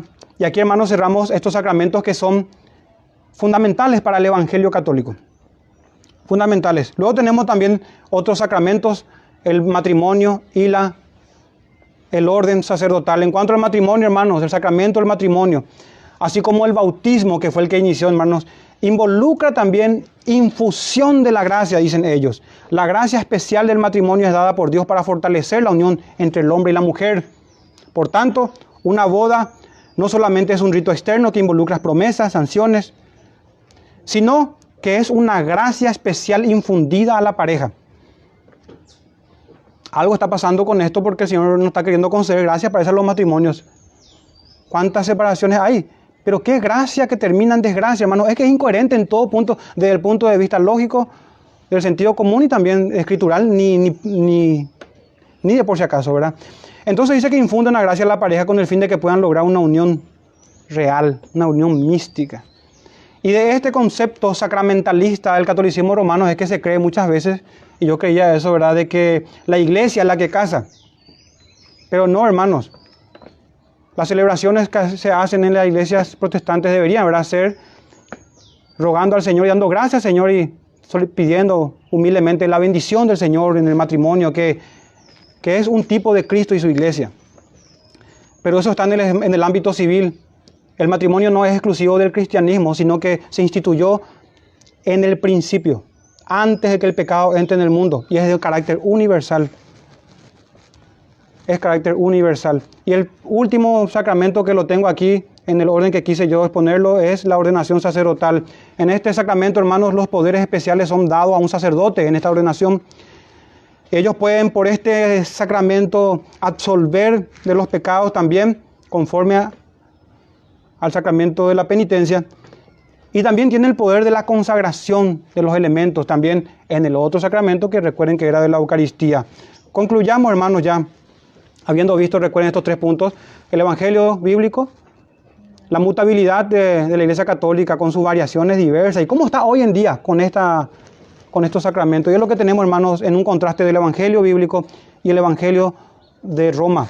Y hermanos, concluimos entonces que no es la gracia de Dios la que ellos predican, sino una gracia eclesiástica, administrada según la voluntad de la criatura, que es una fe en los hombres, en las tradiciones, en el magisterio. Termina, hermanos, siendo pura superstición esto. Y aparte que hay un anatema, una maldición en el texto básico, ya agarramos de Gálatas 1:8, Jeremías 17:5, maldito el varón que confía en el hombre. ¿Cuántas maldiciones, hermanos, qué triste, caerán sobre los que son engañados y por no sujetarse a la palabra de Dios? Pero en cuanto a lo nuestro, tocante a las cosas del Señor, hermanos, nuestro Señor decía que este evangelio del reino será predicado en todo el mundo, en Mateo 24:14, para testimonio a todas las naciones, y entonces vendrá el fin. ¿Y cómo será predicado en todo el mundo, siendo que el catolicismo no predica ese evangelio, sino que lleva a cabo sus ceremonias? Y es que porque tenemos esa misión, hermanos. Y esto va a permanecer porque es la palabra del Señor. No es que los sacramentos serán llevados a cabo en todas partes del mundo, a pesar de que el mundo también tiene sus actividades, sino que el evangelio va a ser predicado, hermanos, a lo largo y ancho de este mundo. Entonces, ¿qué tenemos para Roma? Tristemente, esta palabra. Ellos tienen insuficiencia en las Sagradas Escrituras, insuficiencia en la gracia de Dios, en el don de la fe. Al romanismo, hermanos, también en sus idolatrías no le basta con Dios Padre, Hijo y Espíritu Santo. No le basta con la obra trinitaria que salva. Y tristemente, hermanos, el romanismo o los papistas profanan las Sagradas Escrituras, pervierten el bendito e inmutable eterno Evangelio de Cristo, único y suficiente medio dado por Dios para ser salvos. Y eso por obra del Espíritu Santo, al dar vida al pecador, y la obra del Espíritu Santo en virtud de lo que Cristo hizo en la cruz, hermanos, en una sola ofrenda. Entonces, lastimosamente, debo decir esto sobre Roma y sus seguidores, que pesa la maldición de Dios. Tristemente, no puedo ocultar esto y no decir. Y ahí tenemos también en Gálatas 2:4, cuando Pablo decía, falsos hermanos introducidos a escondidas que entran para espiar nuestra libertad que tenemos en Cristo. Ya en aquellos tiempos había falsos hermanos que terminan no siendo hermanos. Últimamente se nos ha declarado a nosotros los protestantes como hermanos separados. Pero nosotros somos hijos de Dios. No que respetuosamente debemos rechazar esa hermandad, supuestamente hermanos separados. No nos une. ¿Qué comunión hay Cristo con los ídolos? Hermano, entonces presentamos el Evangelio, lo contrastamos con el Evangelio romano, demostrando que por la palabra, la maldición de Dios pesa lastimosamente sobre ellos por no permanecer en la verdad, en la sola palabra de Dios, por contradecir el Evangelio eterno de Dios. Tristemente, hermano, y terminamos así. Dios quiera que a pesar de las cosas que hemos hablado, porque yo sé que a muchos va a ofender, pero no puedo tratarle con mayor respeto a todo este cuerpo de doctrina. Y yo le ruego al católico romano que abandone, que salga de ella. Salid de ella, pueblo mío, dice el Señor en su palabra. Y todos los escogidos del Señor saldrán, hermano, de esa religión, supersticiosa religión. Vamos a orar, hermanos, que el Señor nos bendiga, que llame a todos aquellos que son sus escogidos de la eternidad. Oremos, hermanos, y cerremos con una oración. Padre nuestro, te damos gracias. Gracias, Padre, por habernos dado una nueva vida en Cristo Jesús, porque así te plació, Dios Todopoderoso, concedernos un nuevo corazón por el poder de tu Santo Espíritu, por la predicación de tu palabra, Señor, que será anunciada hasta el día final. Te pedimos, Padre, que salves a tu pueblo, que está engañado en superstición y en mandamientos de hombres. Te rogamos por las congregaciones protestantes que en su gran mayoría hoy se han apartado de la verdad histórica de la Iglesia, de un estudio serio de las Santas Escrituras, que ya no abrazan la sola palabra tuya, Señor nuestro. Te rogamos, Señor, que salves también dentro de las iglesias evangélicas. Concédenos, Señor, el poder nosotros ver a tu Hijo Jesús, temer a Él, reverenciar a tu Santo Espíritu, reverenciarte a ti, Padre. Te lo pedimos por medio de Jesús. Amén.